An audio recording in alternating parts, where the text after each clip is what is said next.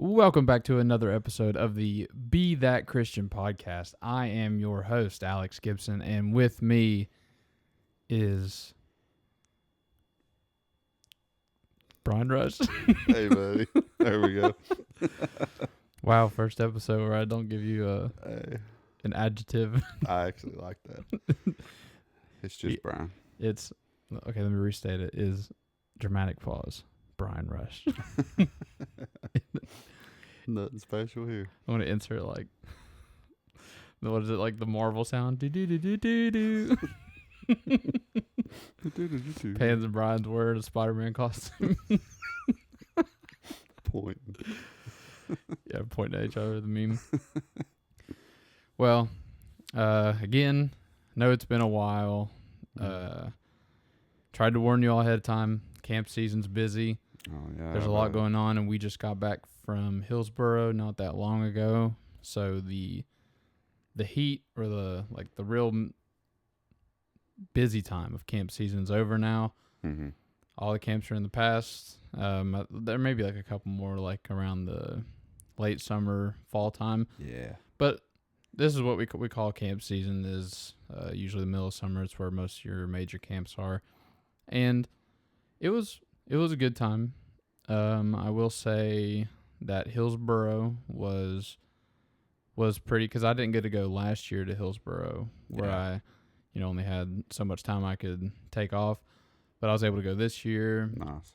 Got to MC with Levi Nice. at the teen barn, and those kids, I feel like they just get crazier every year.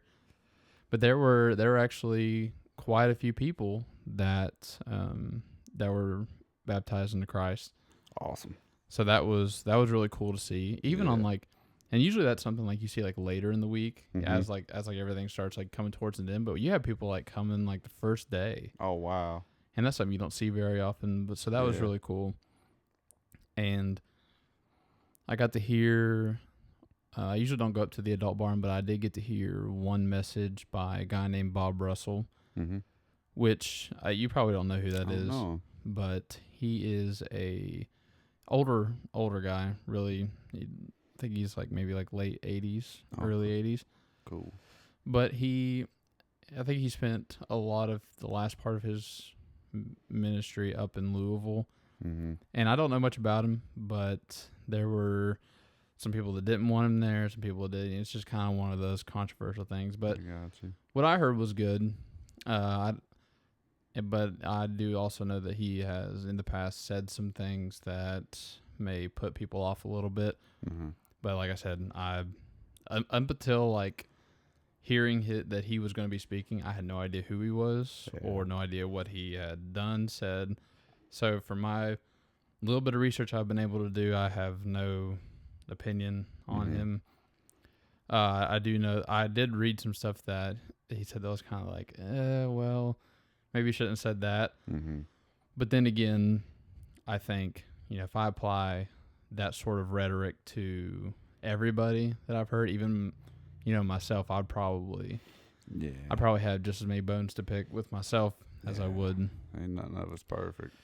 Yeah, but I think it's just where he's like, really popular. A lot of eyes on him. So he has a lot of eyes on him. He's on display. So he's obviously going to face a lot more scrutiny. Yeah. Especially but all I'm saying is for me, it was no controversy just because I didn't know him. Yeah. Still don't really know him, but I heard one message and he was good.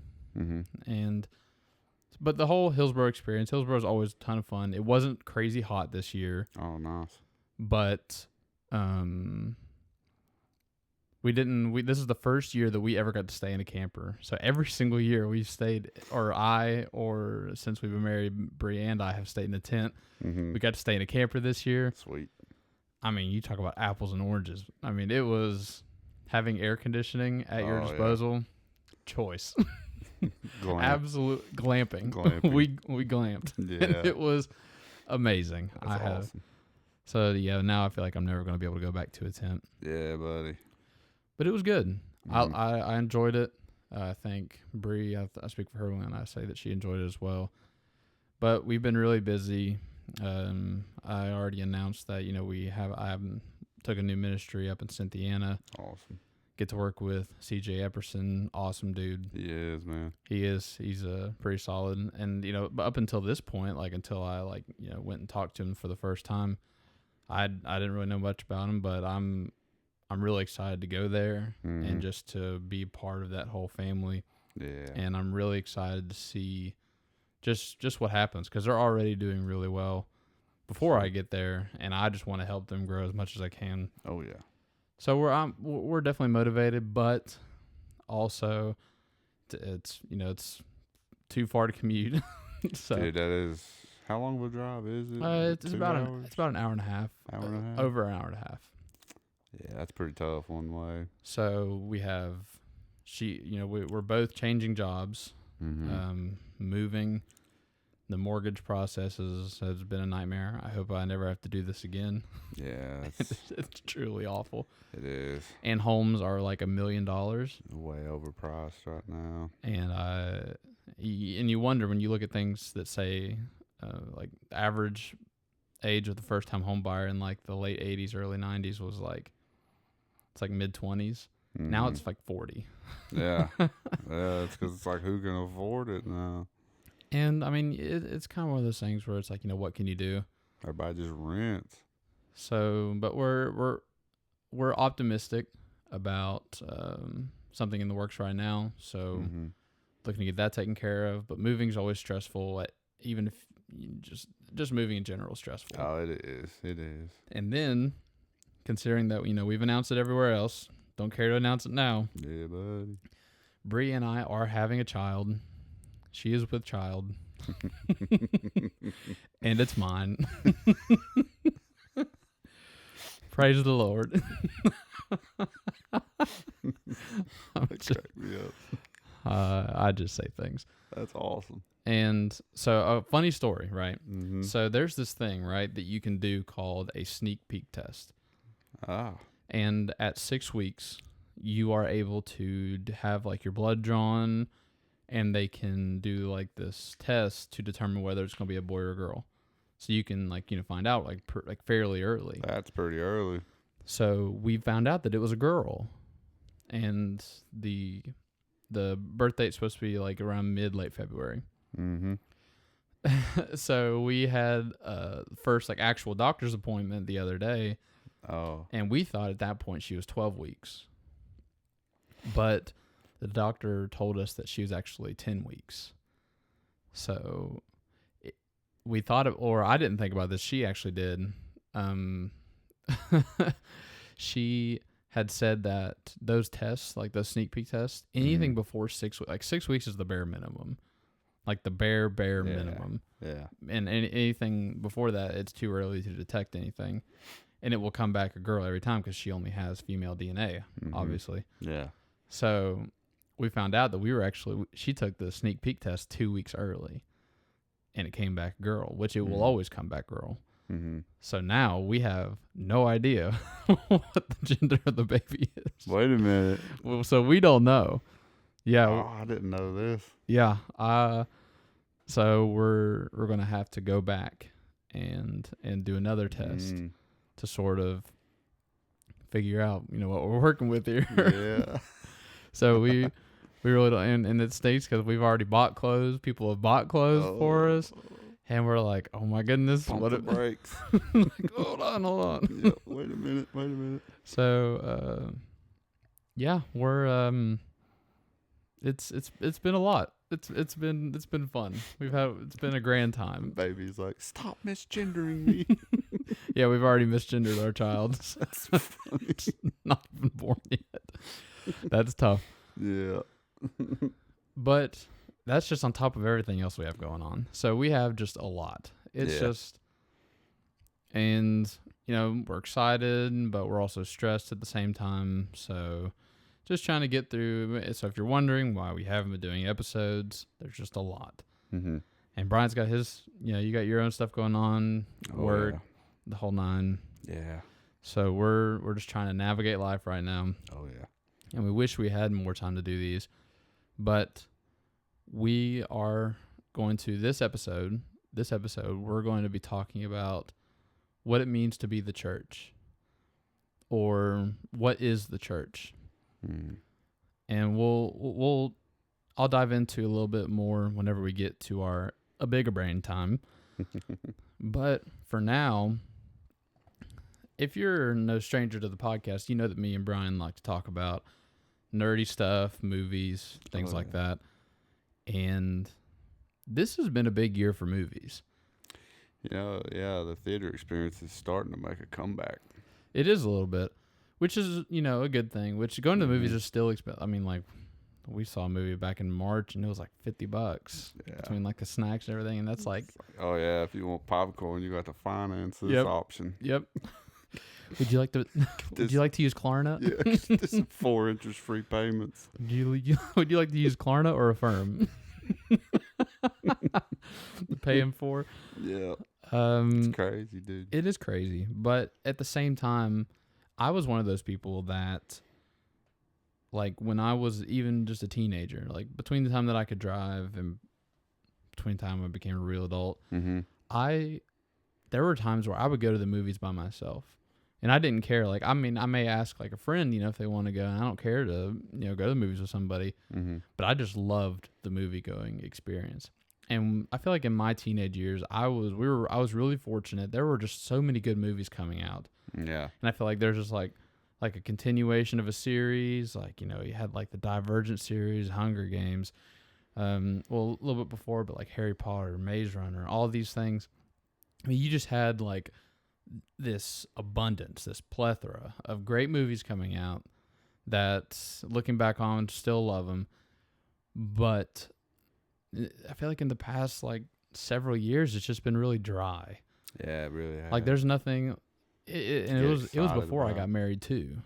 It was sort of maybe even before the time that I actually moved to London. Like, it just like there was just no great movies coming out, and I'm not gonna go spend $15, $20 to go to a movie I really don't want to see that much. Yeah. And I hated that because I'm like a movie buff, and I like that kind of stuff. So, but this year for movies has been really good. Yeah, at least I thought it's picking up for sure. And there's one movie that we saw in theaters earlier this year, Project Hail Mary. Oh yeah. With Ryan Gosling. Oh yeah. And I don't really, now that I think about it, I don't really know any of the other actors in it. Honestly, there wasn't too many. It wasn't like a grade cast role. Yeah. I mean, Ryan's all you really need, though. Ryan and Rocky. And for those of you unaware, that Ryan Gosling is Bryan's main crush, and there's no shame in that. Nah. Oh, he is him. He's that guy. Yeah. But up until a couple weeks ago, Bryan hadn't seen that movie, so yeah, I'd always wanted to. So he finally came over to our house, and it was on Prime, and we watched it, and you liked it, right? Dude, it was probably better than I thought it was going to be. Actually, I thought it was a fantastic movie. It's like so good. Ryan is hilarious. Rocky was hilarious. Just the whole movie was really good. Yeah. I tried not to cry a few times. Yeah. Man, that's really sad. It had a couple sad moments where you're just like, oh, like it was kind of like that pit sinking feeling. Oh yeah. But overall, I was surprised how much I liked it. Like, I went into the movie expecting it to be like a 6 out of 10, and I left thinking that was a solid 8 out of 10 movie. Like, for sure. I really liked that movie. Yeah, definitely. And I can be a little critical of movies sometimes, but I also just enjoy, like, when I enjoy a movie, I really enjoy it. Yeah, like you can't get burnt out on it. You can just watch it so many times. So, movie going experience. And another one we just saw the other day was Spider-Man Brand New Day. Oh, the new Spider-Man movie. Yeah. And it was really good. It's pretty good. It was really good. I would recommend it. Nice. I would, if you still haven't seen it, I would recommend. Which Spider-Man's my favorite superhero all time, so maybe a little bit biased, but I mean, when it comes to the Spider-Man movies, you could maybe have a case for the Avengers being better, more successful overall as a franchise. But dude, Spider-Man's just I mean, they've had 3 Spider-Men, and they've all been solid. Oh, yeah. They've all been great in their own way. Yeah, like, and it's to a point where you have people constantly battling, you know. Mm-hmm. Toby's the best, Andrew's the best, Tom's the best. And do you ever just sit back and think, man, how lucky are we that we have 3 awesome actors that played Spider-Man? Yeah, for sure. And I've even heard rumors of like because Andrew was the Amazing Spider-Man. Mm-hmm. I even heard rumors that they were making a 3rd one of those, and that would be really cool. Yeah, it seemed like I heard something about that. They're going to give him a chance for a 3rd one because there was some kind of legal thing, like Sony and something else was in like a legal battle. So like it kind of prevented him from getting that 3rd movie. Yeah, there was a multitude of factors, and that was definitely one of them. Unfortunately, yeah, which stunk because he was good. I thought so. But for the first part of this episode, we want to talk about our top 3, and you know we've done top 3 or we've done like top like ranking like movies and like shows and stuff before, like franchises.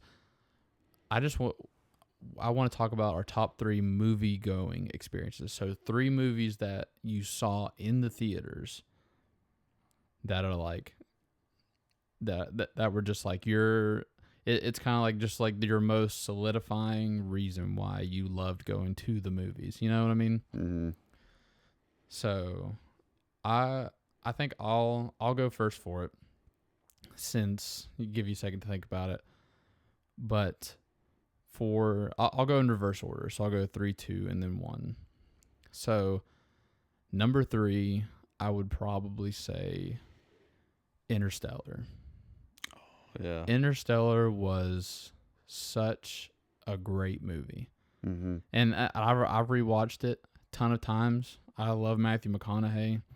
The only person I don't like is Anne Hathaway. I don't. She's just. You take her out, that's a 10 out of 10 movie. But with her in it, 9.5, 9.7. Yeah. I mean, I think her as Catwoman's the only time I've ever liked her. Yeah. In that Christopher Nolan one. And you know, and like you've heard, like she's like a nightmare to work with, and blah blah blah. But, I can see that being true. But I can't let her take too much away from how great the movie is. Mm-hmm. And if you were someone that got the chance to see it in theaters, you were treated to an absolute. Oh, I bet.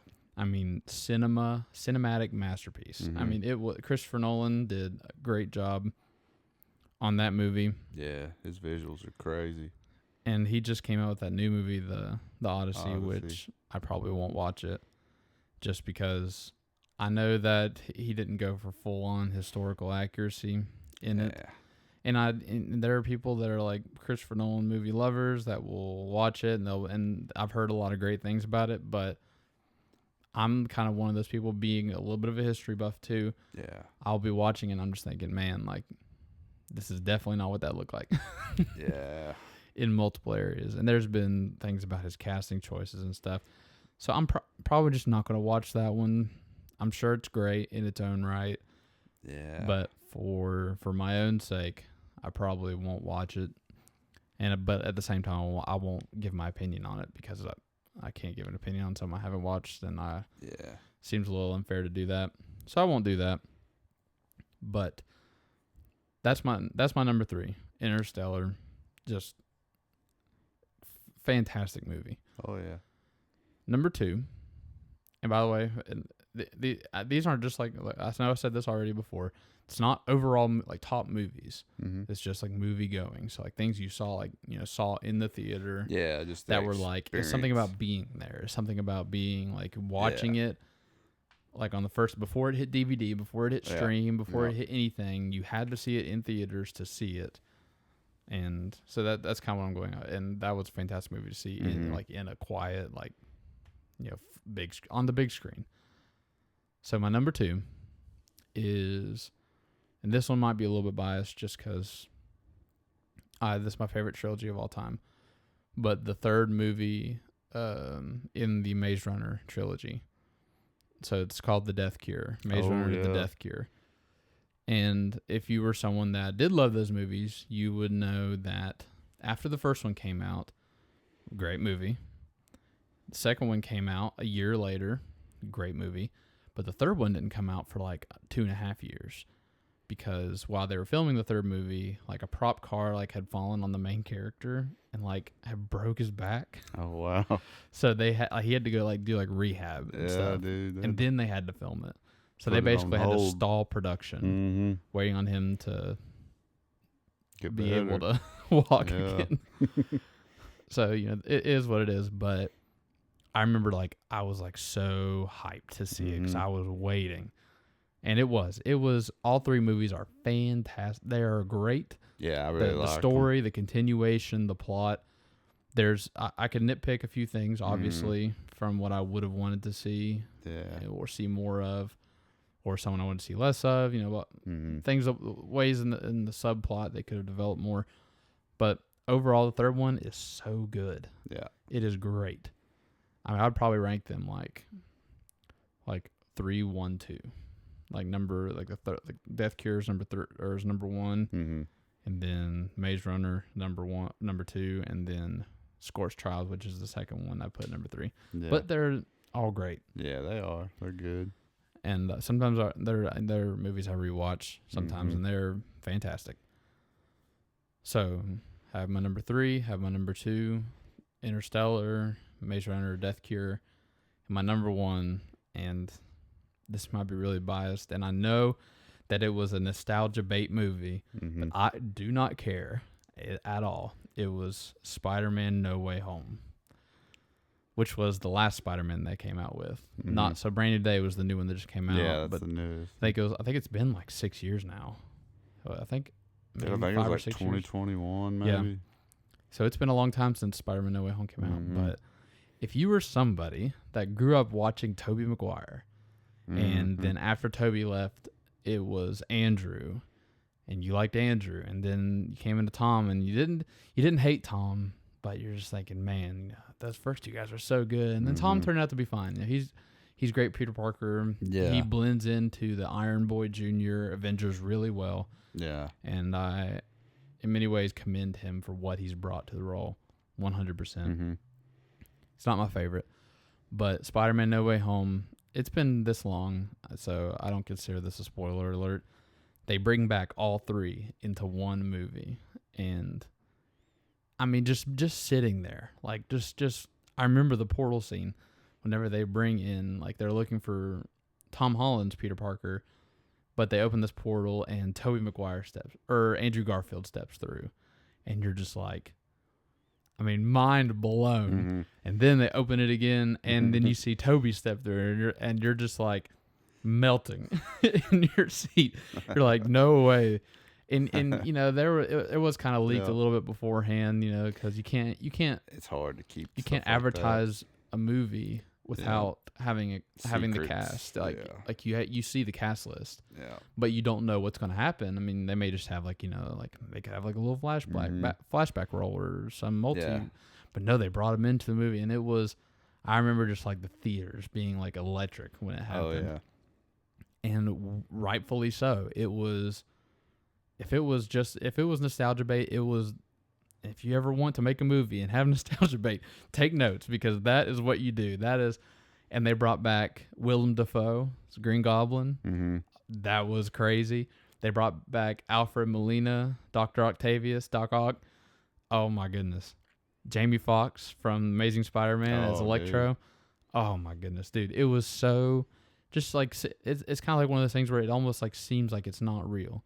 Yeah. Like if I like went back in time and told you after like sometime in between like Andrew and Tom or something, they were going to bring all three Spider-Man, you're like, no way. There's no way it's going to happen. I think the only thing they could have done to make it a little bit better was bring in like Harry from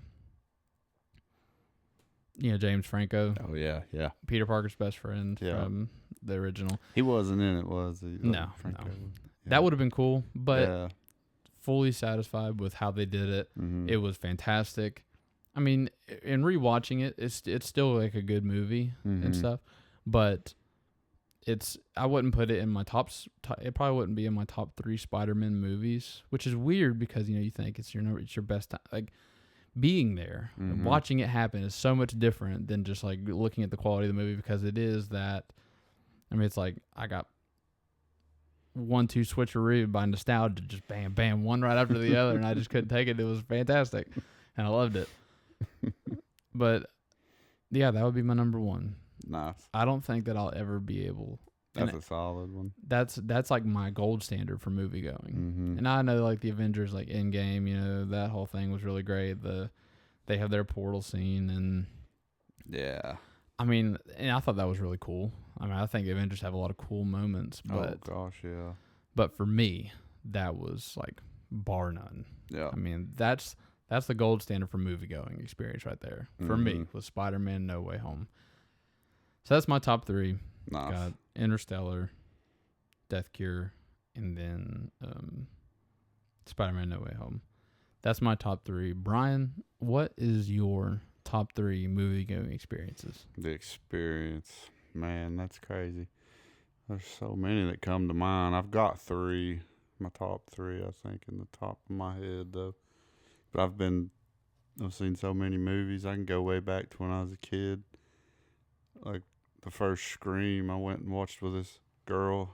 It was a one date only. I might have messed up during that movie because I was so into it, and she was probably like, "Man, this guy's so weird." Like, we never did go on another date. He didn't pay attention to me one time. Yeah, I was so into that movie, that first Scream. I've seen Titanic in theaters. Like, that was crazy. But if I had to do a top three, let me go. I think number three, this was a couple years ago, the movie Gran Turismo, which is a good movie.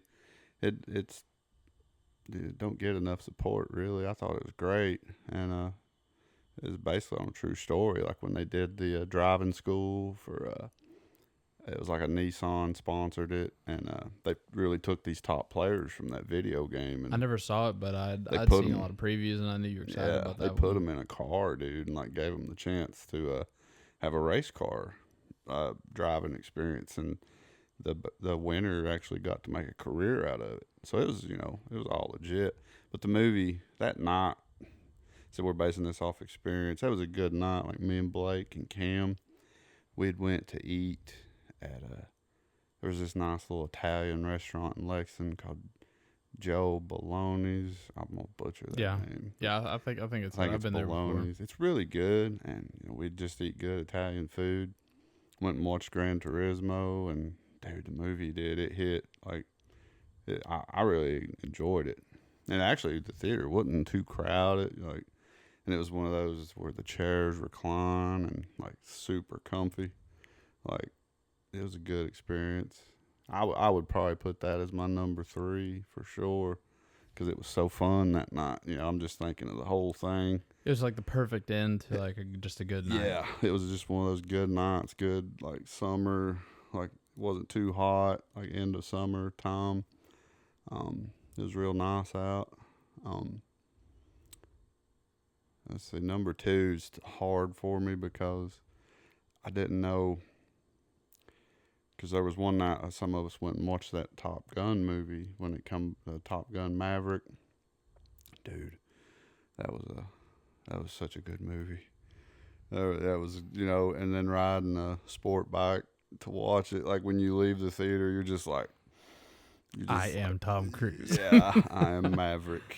Like you just feel it, dude. And you ride like a moron going home because you're just on a high from that movie experience. I don't remember that movie like really vividly, but I remember him getting back in the cockpit of it's like an F-91, was it? Yeah, it was one of the old school jets that they had to I don't hijack know. I don't know planes very well. Yeah, it was. And he steps in, he just looks around and goes, "It's been a while." Yeah, dude, it was. I thought that was really old cool. School technology, and it was like the one in the original Top Gun, and they had to fly it out of there where it's basically about to become behind enemy lines, and they snuck on that airfield and got in that plane and got it took off. Yeah, it was pretty epic, man. They got it in the air.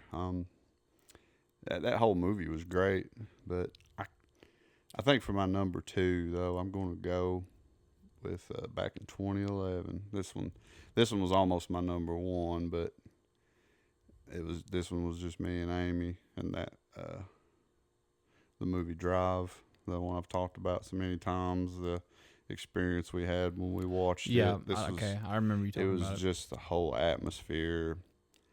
You know, we was in Destin, Florida. It was on vacation. It was just me and Amy. Like that, just the time and everything. Like that movie that night, the music in that movie, everything was just great. You know, like, and of course Ryan Gosling. You know, like that movie is not. I don't know. It's not one of his best movies, but like I always liked it. There were so many visuals and stuff. I really enjoyed in that movie. So that whole experience is always, you know, it's always been in the back of my mind that night. And I would probably put that as number 2.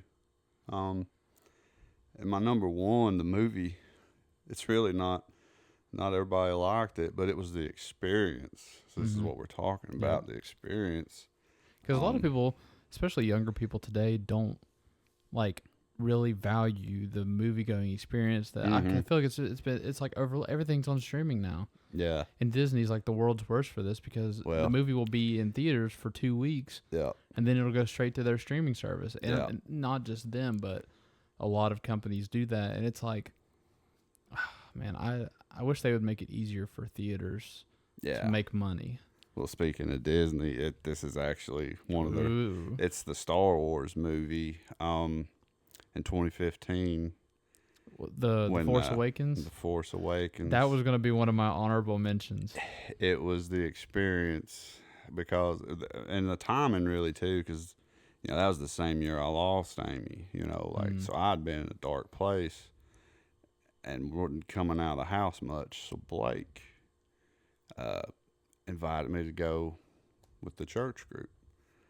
To me, they was, you know, the church group at the time. You know, I didn't know. I barely knew them. I knew of them, but I wasn't like in the Laurel Chapel. The Chapelites. The Chapelites. I got to go with the Chapelites to watch Star Wars, and it was an IMAX at the Knoxville Theater. Like it was a great theater, you know. Oh, like, you saw it in IMAX? Yeah. So That's cool. this is why this is my number 1 experience, because, dude, like, of course, you know, this is really my first time meeting some of the group there, you know, so that was a cool experience in itself, you know, just all of that. But the movie, I mean, you're watching a Star Wars movie that has just come back to theater, you know, like since the early 2000s, you know, the 2000 and maybe episode like 3 was 2005-ish. Yeah. Maybe. So this was like, well, plus the characters, because like when Harrison Ford come on screen, you know, when Han Solo walked the crowd, dude, in that theater, Went I mean, ballistic. it was like, it was epic. Like you had to be there. Like you just could hear people just screaming and clapping. Like, you know, it was like, it was really like you could feel the emotions. Like so many people were into it, and that was probably literally the best experience I've ever had watching a movie, just because of stuff like that, you know. And that was going to be my honorable mention because it's like it's like the first Star Wars of our or of my generation. Yeah. So I'm like, how can you not? You know. I mean, you know, like, you know, some of them dropped like Kylo, and then they kind of dropped the ball, you know, like. But the first one out of the 3 of the new trilogy is the best one. It really was. It really was. I had hope for Kylo, actually. I thought, man, this guy could be a good villain, but turns out he was just kind of a spoiled brat. It was bad writing. It was. Which stinks because it was. Adam Driver's great.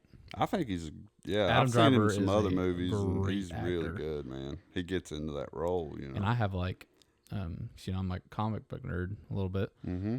I have Kylo Ren's like first appearance in comics. Oh, nice. So because I still do like Kylo Ren as a character, and I think he was just poorly written. I think so too. And that stinks because they had great talent with Adam. Oh yeah. And they could have made it really good, but could have went somewhere for sure. But Disney also appointed a new CFO for Star Wars. Mm-hmm. So it was the guy that did the Clone Wars animated series. He's one of the executive producers on the Clone Wars series, which is like great. Yeah, Blake watched all those. I remember him talking about. So now this guy's the president, and lady or whatever is out now, and she was. I'm not saying she was all the problem, but she was a big part of the problem for sure. But hopefully, see Star Wars go in a good direction.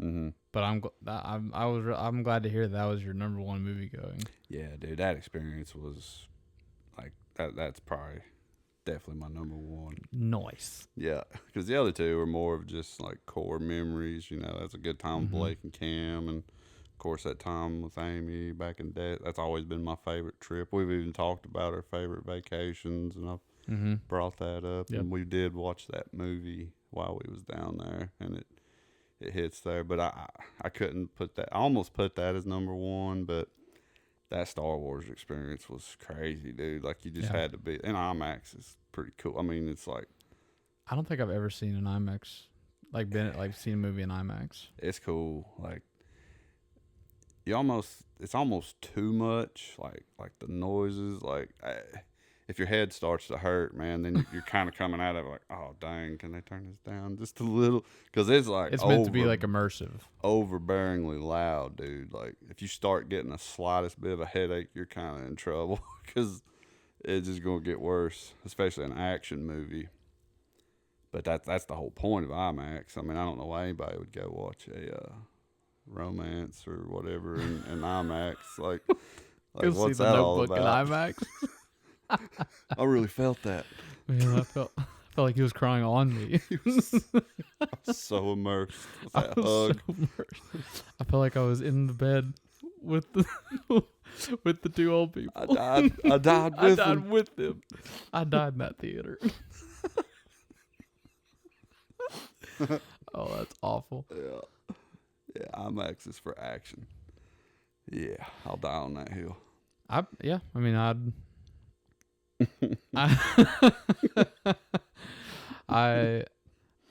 sort of jealous for the people that have got to see a lot of these like iconic movies. And we're already a little bit over our time on this section, but I will ask just before we're done, and what is one movie that you're looking forward to coming out? I know I have mine. I know it because and it's kind of gonna be the movie that I think caps off just a great year of movies. And it's Dune 3. Oh yeah. Dune Part 3. Dude, I still gotta watch Part 2. I've not watched it. It's better than the first one. Yeah, the first one was almost a snooze fest, but you gotta watch it though. I mean, honestly, compared to the book, it's pretty exciting. Yeah. The book is it's like reading the King James Bible. It's a little harsh. I'm not gonna lie. Yeah. But once you watch the second one, and then if you end up rewatching the first one, I think you appreciate it more. Oh yeah. Because it gives you some pretty what I think is needed information. Yeah. Like crucial plot information.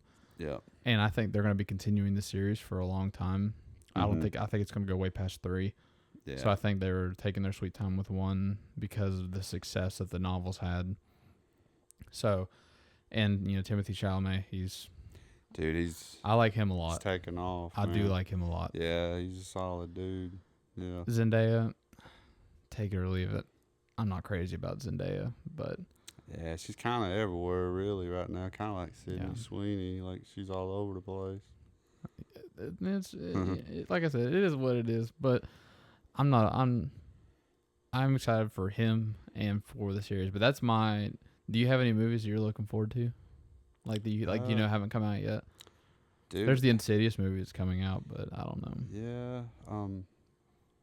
Well, there's one I was thinking of, just the Robert Pattinson movie where he plays Chris Hansen, How to Catch a Predator. Oh yeah. Dude, yeah, it kind of looks pretty good. Reason I'm interested, I'm wondering how far they go because that show got canceled. Yeah. Because they started catching some people that were like political, like we can't name drop here, but they started and I'm wondering, I wonder if they're going to dive that deep in this movie because A24's got their hands on it and they're kind of independent, so they might. When's it come out?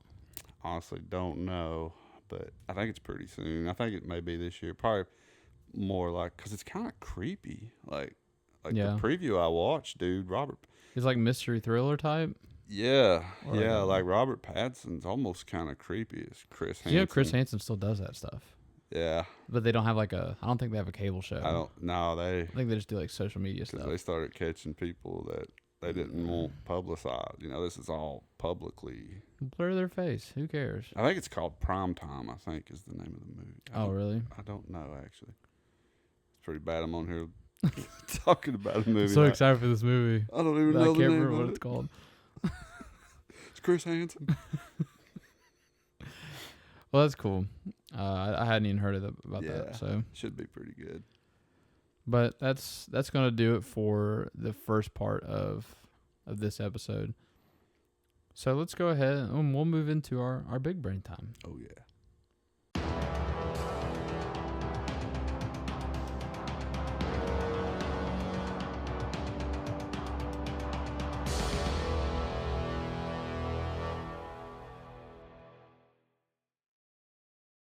All right, so for this episode, we are going to be talking about the topic of what is, or maybe just answering the question, what is the church? Mm. So, and this isn't going to be like a whole, talk about the Catholic Church. I could do a whole other thing on that. Yeah. This is just going to be talking about, like, this is more for defining terms. Because I think one problem we have, in discourse, not just when it comes to religion, but when it comes to politics, when it comes to just anything, any hot button issue that's going on, whether it be politically motivated or religiously motivated, I think that's semantics. Mm-hmm. So semantics being like word usage and word meaning, and word and sentence style, like different things that contribute to misunderstandings. Mm-hmm. And one of those that I think is pretty, especially in our circles, so this is going to be more directed to probably people, and people will know what we're talking about that are frequent listeners.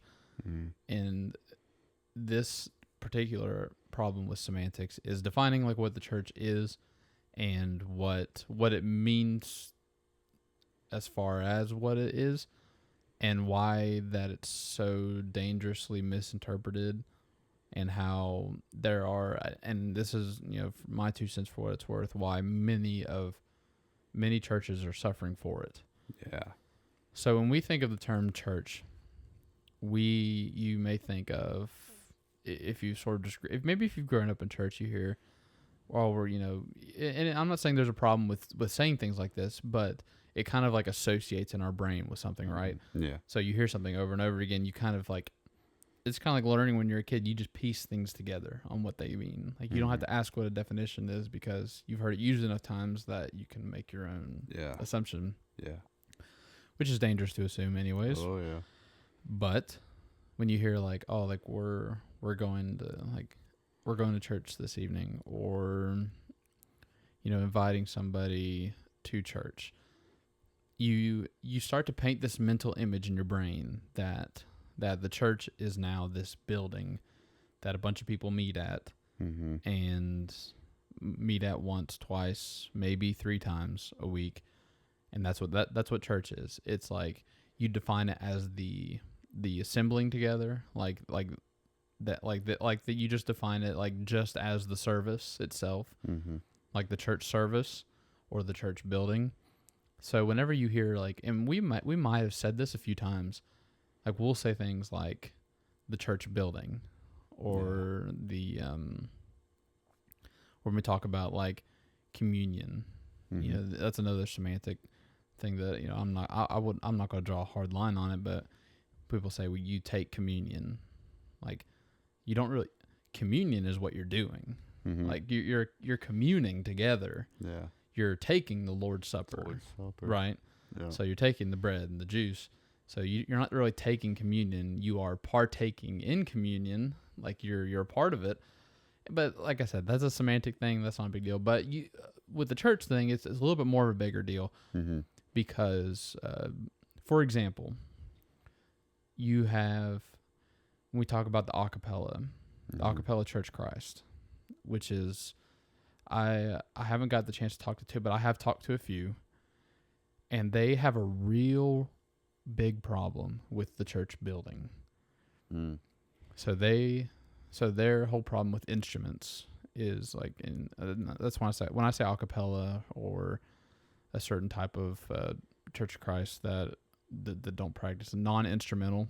Yeah, is what maybe they sometimes want to be referred to, some whatever. refer to them, yeah. And they don't advertise this on their building either, right? Like, I've unknowingly walked into non-instrumentals before. Me and Matt did too one time. And you don't realize it until you start singing. And you're like, where's the guitar? Whoopsie. Yeah. So I've made that mistake before. Yeah.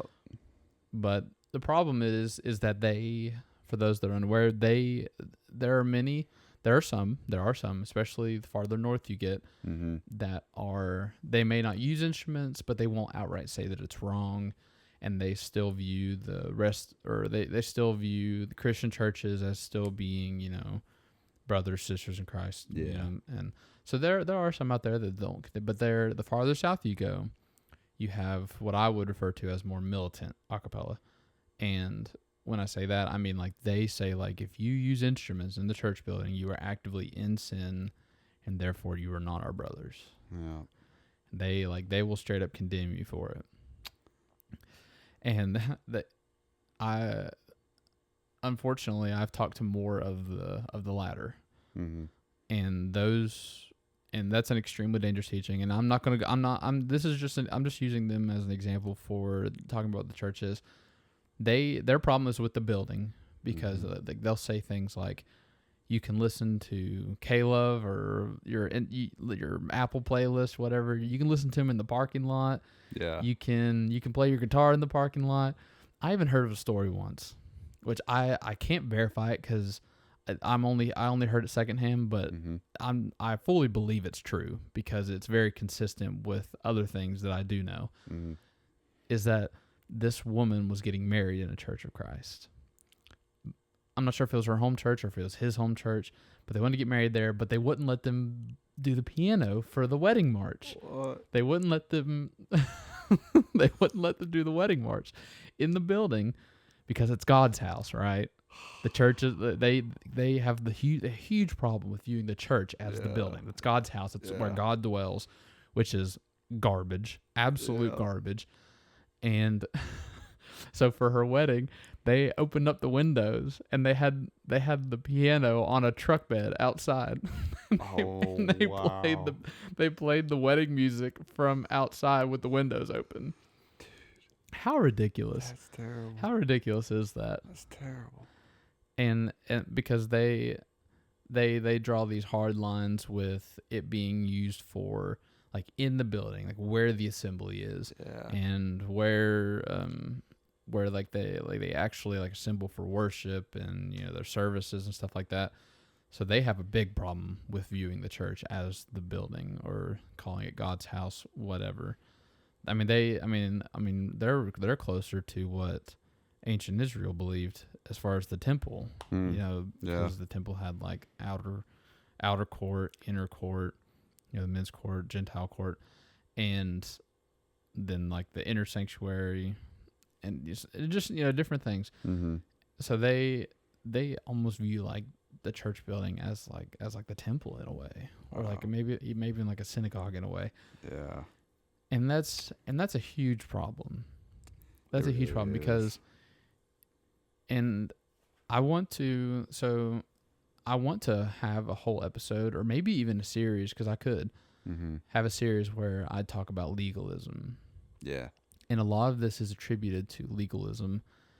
And when I say legalism, I mean essentially laying down commands or rules where the Bible does not, or where God's word does not. Yeah. Right? So like things like you can't have an instrument in worship. God, nowhere in the Bible does it say that. Those are man-made rules. But like I said, not going to go into that. Yeah. But that's just an example. That's what legalism is. Mm-hmm. You're being legalistic. And so talking about what is the church, when I refer to the church, And, sometimes, like I said before, when you're raised a certain way and you hear, and like, you always say things a certain way, like I'll still maybe even say things like, oh, like I was at church this morning or something like that. Like I'll still say things like that. And that's not a problem. But I try to make it abundantly clear to people who may hear them say something or do something. And I'm like, ooh, that's not right. Make sure they know the difference. Mm-hmm. We are the church. Yeah. The church is the people. Here's the doors, here's the steeple. Or wait, here's the church, here's the steeple, open the doors, and here's all the people. I've never heard that. It was like I can't do it. That's pretty Here's funny. the church. Here's the church, here's the steeple. Open the doors and see all the people. But because, and the reason why I have such a problem with that is because when you talk about the gospel, the death, burial, resurrection of Christ, mm-hmm. and the purpose that Christ had, Christ did not die. He did not lay down his life. He did not pour out himself for brick and mortar. Mm-mm. He did not die for your stained glass windows. Oh. He didn't die for that table that you love to worship at the front, in between, or right near where. Don't you dare move that. Yeah, table. don't you dare move that table. That's the Lord's table. No. That's not what he died. He died for us. And he's not coming back for buildings. No, he's not coming back for buildings. So that's why it's such a huge problem, because you have these people that whenever you have that problem of viewing God's house, mm-hmm. or the church as the building, and calling it things like God's house, we are the temple. We have the indwelling gift of the Holy Spirit. It says our body is the temple. Yeah. It says our body is like a house for the Holy Spirit. Mm-hmm. And that's in this, like, he dwells in us. Mm-hmm. Doesn't dwell in some building. You don't have to go into the Holy of Holies to see to come face to face. God is omnipresent. Mm-hmm. The veil has been torn. Mm-hmm. Okay, so that's something we need to really work on, because whenever we get it wrong, we start to worship things. Yeah. And I know I said I wasn't talking about the Catholic Church, but it's really hard not to sometimes. Yeah, I know. They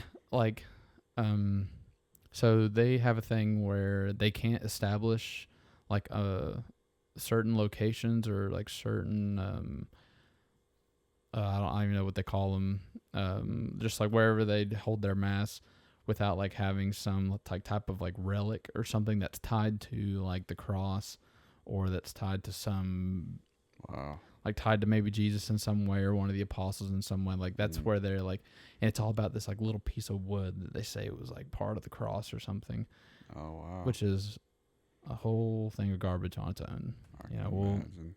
Like that, like there's, and so whenever I hear stuff about like the Shroud of Turin, and like the other day they just had this thing where one of their saints, like, that died in like the year 300, I can't remember his name. There's like a couple times a year where they have it like in this vial, and they'll like move it, and they say they say that the blood turns, like liquefies like 3 times a year, and they'll turn it, and they're like, oh look, it's liquid. I'm like, what a bunch of hooey. That's crazy. But that's what it becomes. It becomes idol worship.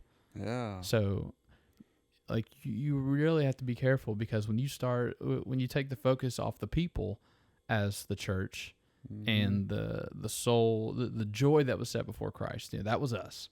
Like, we were the joy set before Christ, because Christ knew that because of what he was doing, that some, not all, but some would come, would acknowledge and obey the gospel, and desire to be a part of that, be a part of the church, the bride, and desire to be with God for all eternity. That was the joy set before him. We were the joy. It wasn't some building. You can beautify it however you want. It doesn't arise to a hill of beans. Throughout the book of Acts, they met from house to house. They didn't have these glorious buildings. Yeah. Anytime they tried to go into a synagogue, Paul was beat half to death. And tossed over a wall. Went through it. So they didn't have these fancy buildings to meet in, like that we have. They went from house to house, and hoping that they wouldn't get dragged out, or hopefully they were in an area where they weren't facing a lot of persecution, which they were driven out of a lot of places. Oh yeah, man. Especially Nero came to power. He was just not having it at all. Yeah. Blame Christians for a lot of things. But the point is that whenever you view the building in such a way that it's not meant to be viewed, calling it things like God's house, you have problems like that the a cappella find. And that is that it exists, God exists in the building.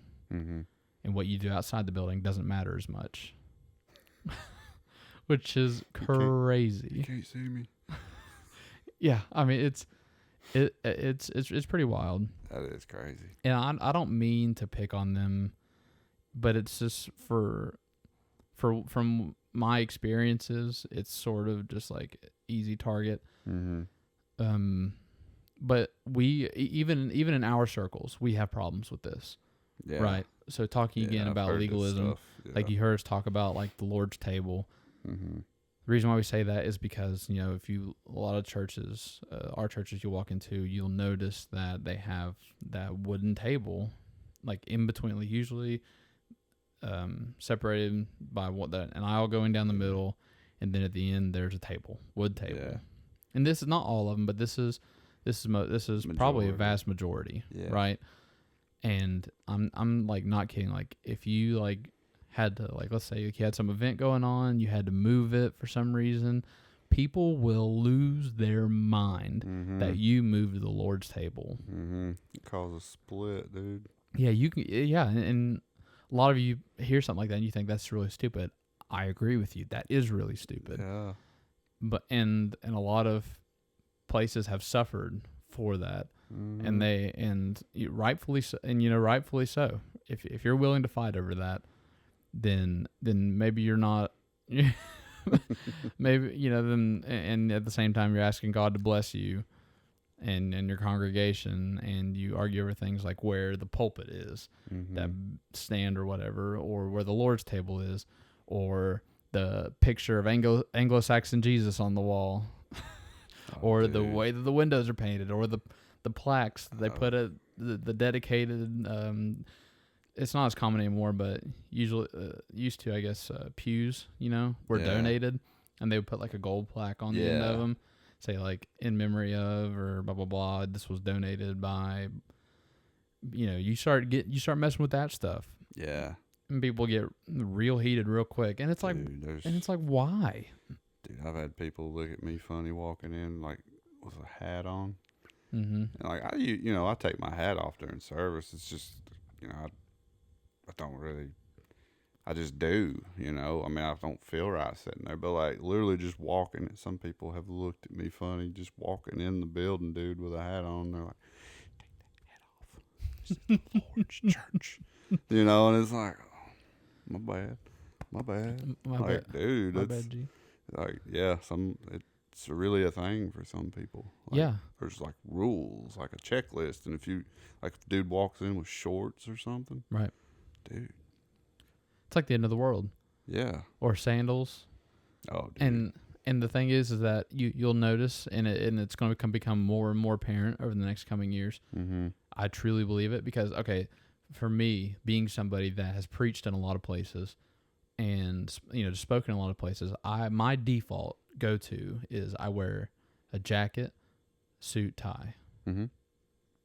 Suit, jacket, and tie. Yeah. And that's my default because I know that there are people out there that if I don't wear a tie, if I don't wear a jacket, if I don't wear nice shoes, that they won't listen to me. They will not even hear what I have to say. And yeah, okay, it is mostly like really old people that were raised a certain way, yada yada. And we can talk about the whole tattoo thing, about traditions and stuff. Right. Yeah. But I go in with the default of, I almost view it as like a weaker brother sort of situation. Like, and it's not me it's not me bending the knee to you, but it's me not knowing you and you not knowing me, but me at least willing to bridge this gap because like if it were up to me, I get up there in like a polo and some like cargo, or maybe not cargo shorts, but cargo pants, and something not incredibly fancy. It looks like I'm going to a funeral or a wedding, and because it's a lot more comfortable. wearing a suit jacket in the summer is awful. and Yeah. I hope that the tradition dies. But Yeah. I do truly believe that over the next coming years you'll see less and less of that, because we have a lot of very traditional congregations out there who they fully like, you have to wear a suit, jacket, tie, you have you can't move the Lord's table, you can't move the pulpit, do all this stuff, and they're dying. A lot of the churches are dying because they refuse to change. They refuse to modernize. It's sad. They get their semantics wrong, and they view the building as sacred and the building as, holy ground. All this garbage, and their legalistic views is what's going to weed them out. Yeah. Which is unfortunate, because it is. Maybe you never had anybody that came along that really told you any better. Maybe you just had a preacher that was there for 60 years that told you all this stuff, and now they're dead and gone, and now you're going to be dead and gone. Yeah, I get that. So I do have a sympathetic edge to it. Yeah. Like there is a lining to me that is sympathetic. Mm-hmm. But if you are in that, and you hear this and you think, if we don't change, we're going to die. Yeah. Like if we don't do something, we don't move. If you don't take a second and you put your pride aside for a second and say, we've become complacent, we've done all these things wrong, all this stuff about wearing a tie. Like Paul's dress standards wouldn't be up to our dress standards today in some of our churches. That is just wild. Mm-hmm. Regardless, the churches that are doing the best right now are the ones that don't have the legalism junk. And they don't have and they get the jargon right. Like when talking about the church, it's the people, and it's not the building. We don't worship a building. Nah, man. We don't. The building is not sanctified. No. The building is not justified. We were justified through Christ in obedience to the gospel, buried with Him in baptism. We're justified. We are sanctified. Mm-hmm. That is us. We are the church. We are the bride of Christ. For sure. Quit treating it like it's like the church is the building. Yeah. And that helps with discipleship too, because in discipleship, we had this idea as long as I can bring them to the church building, as long as I can bring them to the thing. All I gotta do is get them in the building. Yeah, you get them in the building, and I know that I can I can win them to Christ. Yeah, preacher hits the home run sermon. You have the indwelling gift of the Holy Spirit. Mm-hmm. The Scripture says, "Study to show yourselves approved. Be ready to give a defense for the hope that lies within you." Mm-hmm. That is part of your discipleship. You can do that yourself. You can tell people about Jesus without having to bring them to church. And I'm not saying you can't bring them. No, it's important to get them around the right kind of people. For sure, yeah. But you should just get it out of your brain that you have to bring them to get them to win them to Christ. Yeah. Ask yourself first, what effort have you actually made to try to convert them, or to try to disciple this person? What effort have you made first? If your first idea is to bring them to the church building, then you may have messed up. You somewhere along the line you messed up. Yeah. And that's why that's one reason why we do this podcast, is trying to help people for sure bridge those knowledge gaps. Oh yeah. And and this is one thing that I think we get wrong, and I think it's really important that we get it right. Yeah, certainly. Because a lot of our churches are suffering from the idea of tradition and bylaws and boards and all this stuff. Yeah. That is just detrimental. Detrimental because we hold the bylaws, and we hold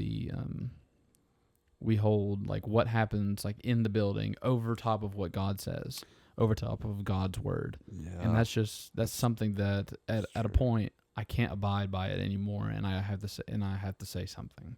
Yeah. And I'm not saying, you can have rules, but don't say this is the way that God wants it. Yeah. Don't speak where God hasn't spoken. Make sure, right? Make sure it's what God wants. We can make discernment choices. Mm-hmm. We can make, looking at verses like abstain from all appearances of evil. We can look at things like that, and we can consider them, especially in context with culture, all that good stuff. But we cannot draw these hard lines like playing pianos in a parking lot. Like what kind of hooey is this. I feel like that. I feel like that's. Does that make sense? Psychopaths. I'm just playing. I shouldn't have said that. I don't know, dude. And I'm not trying to, like I said, that's like, those are like, these people, like these groups I'm mentioning, they're like the first thing that's coming to mind when I'm thinking about this stuff. Mm-hmm. Because sometimes, I've been lumped in with Mm-hmm. like those kinds of people, like the legalistic type. And I'm like, no. Mm-hmm. Like, trust me, they dislike me as much as you do. Mm-hmm. Yeah. Maybe probably more. So let's get our semantics right. Let's get our words right. When we talk about the church, we're talking about the bride. Yeah. We're talking about who Christ died for. Okay, I will also say Christ died for the sins of the world. Yeah. Right? We talked about Yeah. that in the Calvin. It's not just a select group of the elect. It's not just the elect, but there are people that respond to it Mm-hmm. positively, and the people that respond to it, that desire to become part of the church, that desire to become saved, realize they have a sin problem, a debt they can't repay, and accept Christ. That is sort of accepting this gift of salvation that's been offered to us. Christ did die for the sins of the world. So I'll get that. I'll put that out there plainly, just so my words aren't getting twisted. Yeah. Christ died for the sins of the world. Not all would accept. Mm-hmm. Right. Because I realized I said that earlier, and I'm like, well, okay. Let me clarify. Because someone will be like, he only died for the church? Like, he only died for your people? Wait a minute. Just go listen. We just did like a 4-part Calvinism. Go listen to it. That's not what I... It's getting late. It's getting late. I'm tired. Oh, man. I think that's pretty... Well, we'll cut it there. Was there anything else that you wanted to say? Nah. Just Have you talked to anybody like that before? That sort of not really. Like, I mean, like I said, I've walked in some churches where they looked at me funny with the hat. I ain't gonna lie, dude. I had one dude take a hat off my head, and I ain't gonna lie. For like I had to breathe for. I almost saw red. You almost clocked him. I had to really control myself. I just kept reminding myself, I understand where this man's coming from. You should have took one of the hymnals and put it over top. It was like, I don't even remember why he done it. He just like jerked it off my head, and I almost this man doesn't realize that he's dead. Yeah, like I was like, don't be violent. I just had to breathe. Right. Because I'm like, that was crazy. Right. Like, I'm almost felt assaulted on my, and I'm like, you do not, like, no. Right. Well, I ain't going to hurt him, but like, don't do that ever again, buddy. Like, well, that's strike one, and you only get 2 strikes. Yeah, you will be out. Like, I just couldn't.